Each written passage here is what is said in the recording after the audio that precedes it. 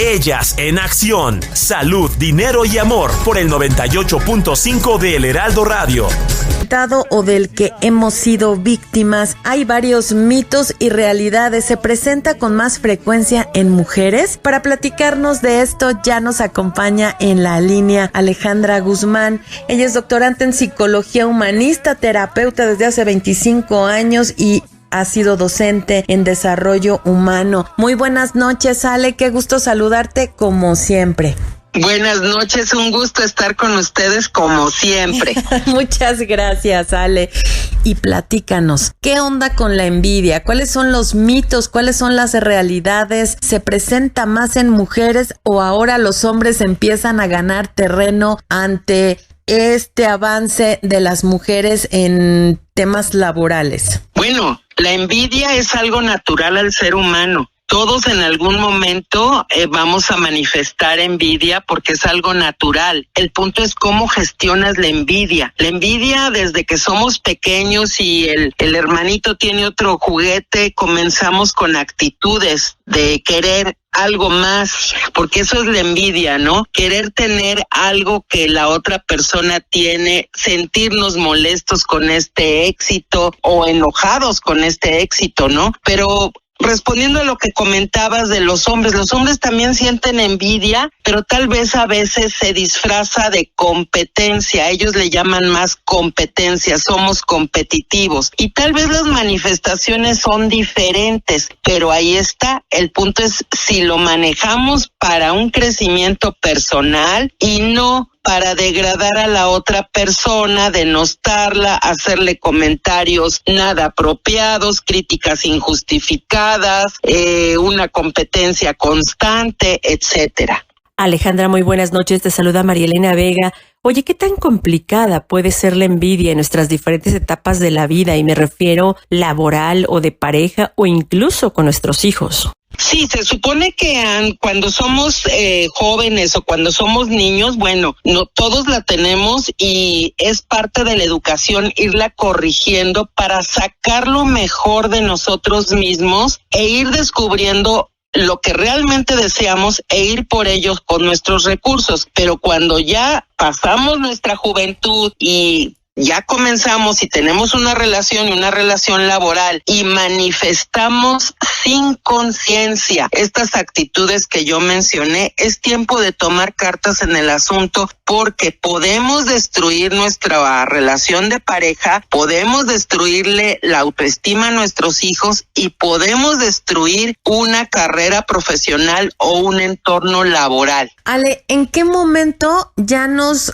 debemos de dar señales o cuenta o nos debe de caer el 20 de que ya la envidia nos está destruyendo y está destruyendo a los demás? ¿Tenemos que esperarnos a hacerle cosas malas al que envidiamos o en qué momento hay que actuar porque ya hay señales de verdadera alerta? Sí, si yo me estoy ya sintiendo muy enojado, muy molesto, dándome cuenta de que cada vez que la otra persona habla de sus logros, así sea presumiéndolos o no, de que yo estoy clavado mentalmente dándole vueltas a esa persona, de que ya estoy teniendo deslices en mi comunicación verbal y no verbal delante de los demás y con ella de descalificación, creo que es tiempo de parar y decir, ¿qué me está pasando? ¿Sí? ¿Qué me está sucediendo que yo no estoy reconociéndome, que yo no estoy siendo agradecido con lo que sí tengo?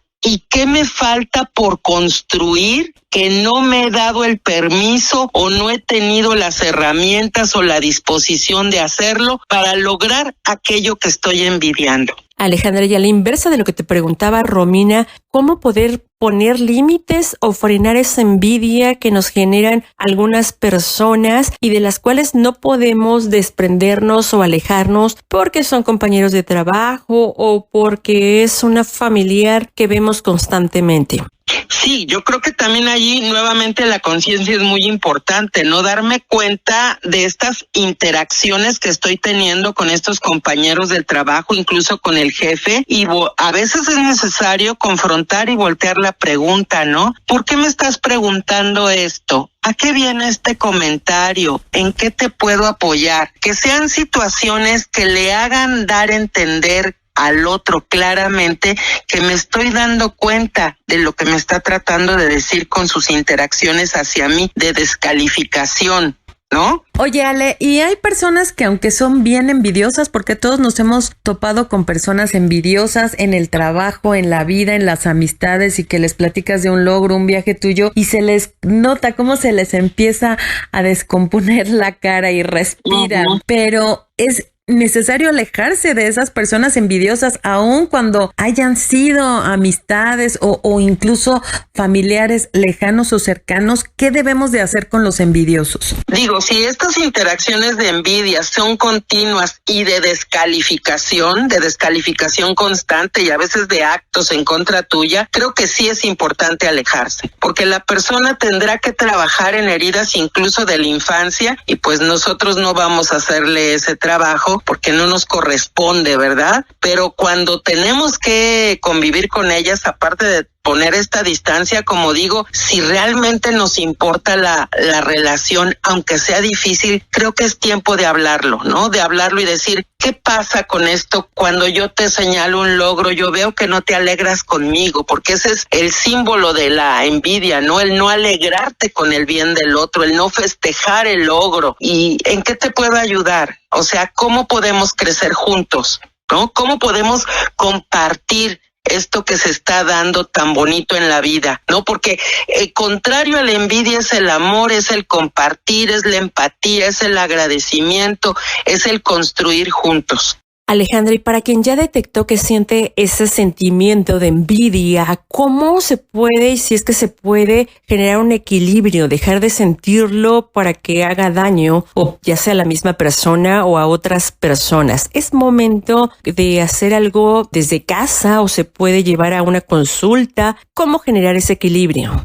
Sí, primero, sí es recomendable una terapia, respirar primero, darte cuenta, sentir esta envidia, porque detrás de la envidia hay dolor y tristeza. ¿Qué me están diciendo este dolor y tristeza? Escribirlo. Escribir es magnífico para esto, ¿no? ¿Qué me quiere decir a mí? ¿De qué me tengo que dar cuenta y qué acciones tengo que tomar? El otro que no falla es el ejercicio de la gratitud. Contra envidia, gratitud. ¿Qué sí tengo? ¿Cuáles son mis áreas de oportunidad? ¿Y cómo me acepto y yo misma me reconozco? ¿Y qué me está faltando en estas relaciones donde no me siento validado y reconocido? Y buscar otra forma de relacionarme yo, y también otras personas que se relacionen conmigo de formas más sanas y que me dejen ese gusto agradable de sentir que yo me alegro con otro y él se alegra conmigo. Ale, entonces, ¿tú consideras recomendable sí hablar con el envidioso o con la envidiosa y manifestarle, sobre todo cuando hay una relación de afecto, de cariño, de cercanía familiar? Sí hay que decírselo desde tu punto de vista, pero esto no podría generar alguna ruptura, alguna ofensa de por qué dices que te envidio si no te envidio. Voy a decir algo que es muy fuerte, pero esa relación tarde o temprano se va a romper.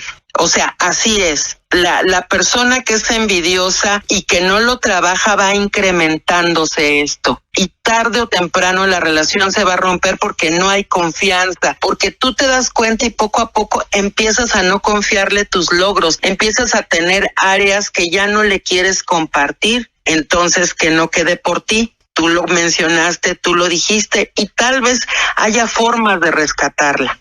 Pues amigos, a generar ese equilibrio en nuestra salud. Ya sabemos que la salud es lo primordial para avanzar en todo sentido, y la salud mental también entra dentro de esta prioridad. Muchísimas gracias, Alejandra. ¿Algún dato, alguna información donde puedan contactarte? Claro que sí, les doy mi teléfono 55 54 53 74 50 a sus órdenes. Pues amigos, ahí están las recomendaciones de Alejandra Guzmán, doctora en psicología humanista, terapeuta, con una experiencia por más de 2 décadas. Así que a tener equilibrio, como ella dice, a generar mejores condiciones de salud y a generar nuestros propios éxitos. Gracias y muy buenas noches, Alejandra. Aquí en Salud, Dinero y Amor seguimos festejando el cumpleaños de Romina Romano. Gracias por la invitación. Muchas gracias a ustedes.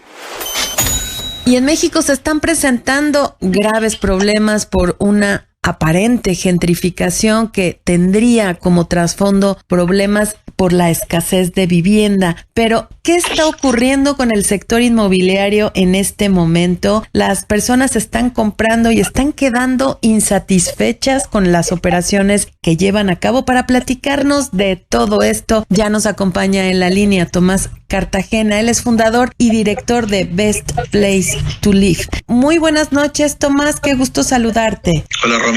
Un placer para mí estar con ustedes. Al contrario, gracias a ti, Tomás. Y platícanos, ¿qué está pasando con las personas que están comprando bienes inmuebles y que de repente hay un sentimiento de insatisfacción por la vivienda que están comprando? ¿A qué se debe todo esto? Efectivamente, lo que está pasando en toda Latinoamérica y también un ejemplo en México es que se está encareciendo la vivienda, principalmente porque el suelo, que es la tierra, en el fondo cada vez está teniendo mayor valor, y también construir los materiales de construcción, una menor calidad o capacidad de las manos de obras también que construyen vivienda, ha generado entonces que la vivienda esté cada vez más cara. Y al estar más cara la vivienda, lo que empieza a pasar es que la gente entonces le genera más expectativa. A cualquier persona que paga más caro por algo tiene mayor expectativa, y a la vez entonces estas expectativas, al no cumplirse, desde la perspectiva del cliente se genera una mayor desilusión, y eso entonces es un problema para el sector inmobiliario completo que tienen que resolverlo.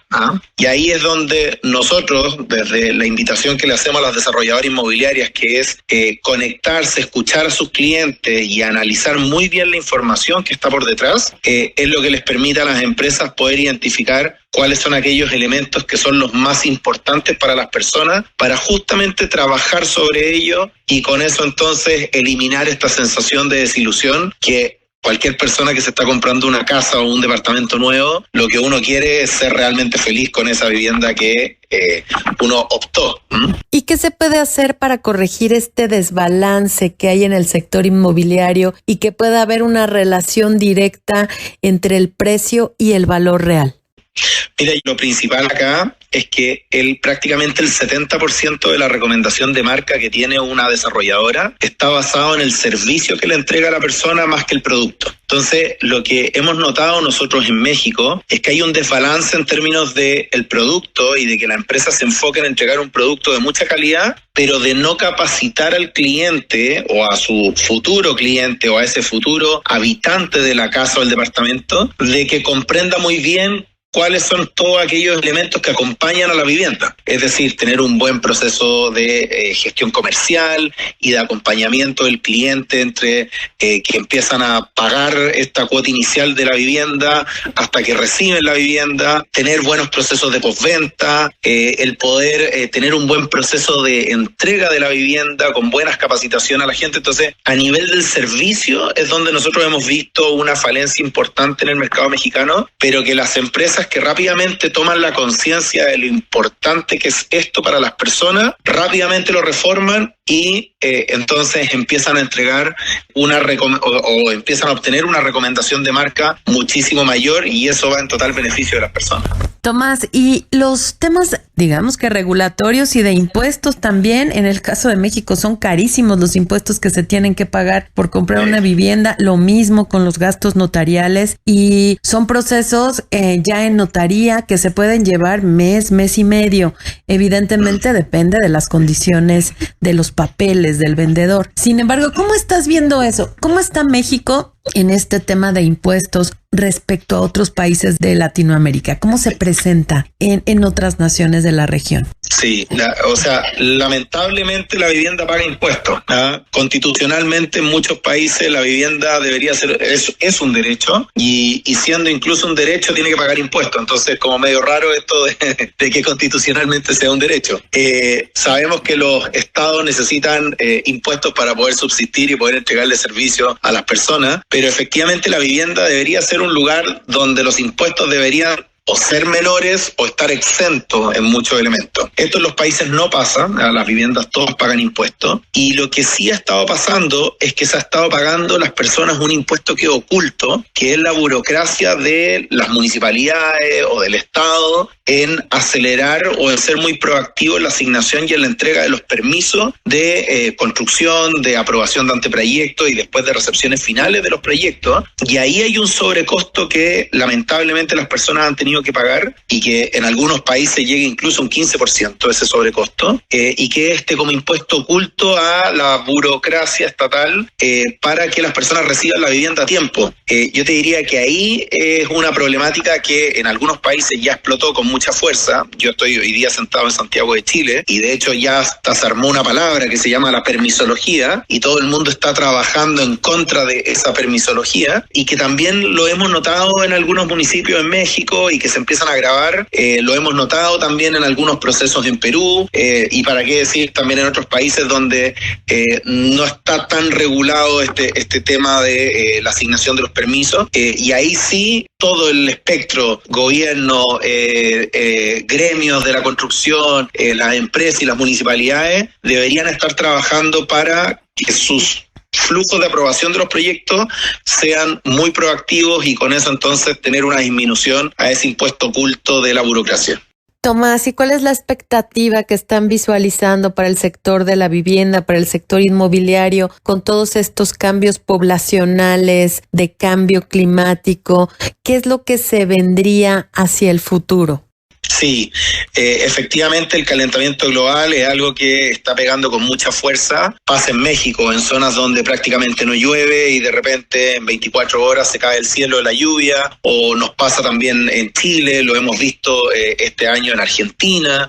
Cada vez el calentamiento global está generando cambios en procesos que antes no ocurrían. De hecho, para hacer un ejemplo súper directo de lo que ha pasado en Chile, en los últimos 5 años estamos teniendo una presencia de tornados importantes, siendo que eran cosas que antes no existían. Y los desarrollos inmobiliarios han tenido que pensar en esto, han tenido que pensar y sumarse también a algunas políticas. En las partes desérticas, la reutilización de las aguas de las duchas, de los lavamanos, como hoy día todo el tema de ventilación y de poder tener una mejor aislación climática, ya sea para el frío y para el calor, como también hoy día se piensa de mejor manera las zonas de inundación o las devoluciones de agua a las napas.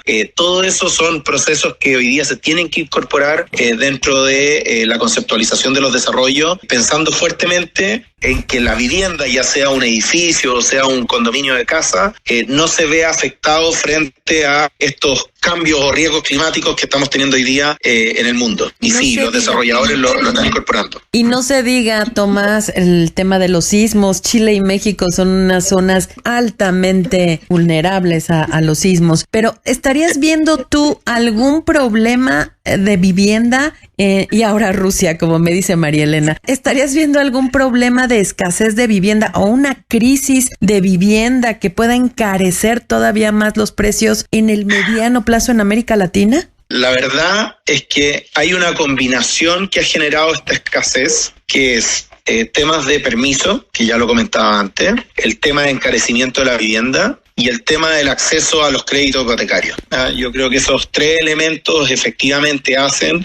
El problema hoy día está en que si los países tienen una economía fuerte, donde el desempleo esté bajo, donde la inflación esté controlada, la verdad es que eso sí genera un motor muy fuerte a la venta. Les dejo como ejemplo lo que está pasando en Perú. En Perú el año pasado tuvieron ventas históricas y este año ya van mejor incluso que el año pasado. Entonces, y es un país en donde hay baja inflación, en donde hay buen acceso a los créditos hipotecarios, hay un buen sistema también para todo el mercado no formal para poder acceder a crédito hipotecario, y finalmente esa combinación de factores y con temas de permisos que relativamente están controlados, hace de que haya una producción mayor de vivienda que va en total beneficio de los países. Toda Latinoamérica tenemos una enorme cantidad de deficiencia o de falta de vivienda para cubrir a toda nuestra población. Por ende, el desarrollo inmobiliario debería ser como una política nacional y súper vinculada al sector privado, dado que ellos son los especialistas en poder construir en el mejor costo posible y con la mejor eficiencia posible. Información relevante, sobre todo tratándose de un sector que es un detonante para el crecimiento económico y la generación de empleos. Muchísimas gracias a Tomás Cartagena, él es fundador y director general de Best Place to Live. Muchísimas gracias. Y por supuesto que si así nos lo permites, vamos a seguir en contacto contigo para que nos vayas actualizando sobre este tema que, insisto, es tan relevante. A ustedes, un gusto. Al contrario, gracias a ti. Quédese con nosotras en Salud, Dinero y Amor, que vamos con nuestro comentario final.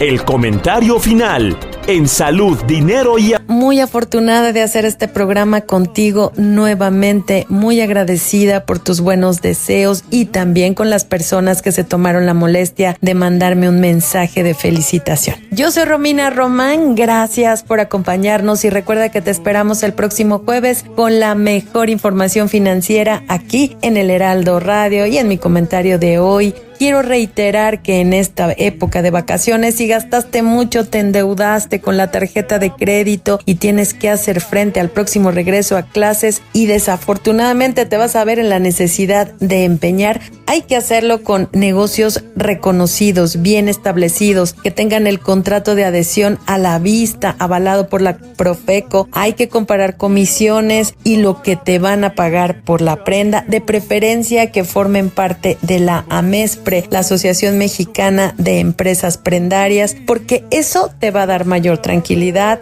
Hay casas de empeño que tristemente siguen aceptando artículos robados, principalmente celulares, sin pedir factura ni nada a cambio, así es que ojo, mucho ojo con ellas. Gracias en los controles y en la producción a mi queridísimo amigo Martín el Capi Quirino. Gracias nuevamente a ustedes, en especial a mi querido amigo Ajax Carranza y Alejandro Valenzuela de Banco Azteca por ese lindo regalo que me hicieron llegar. Gracias nuevamente por sintonizarnos, que pasen un excelente inicio de semana, cuídense, y a María Elena Vega y a una amiga y servidora Romina Román no nos resta más que desearles salud, dinero y amor.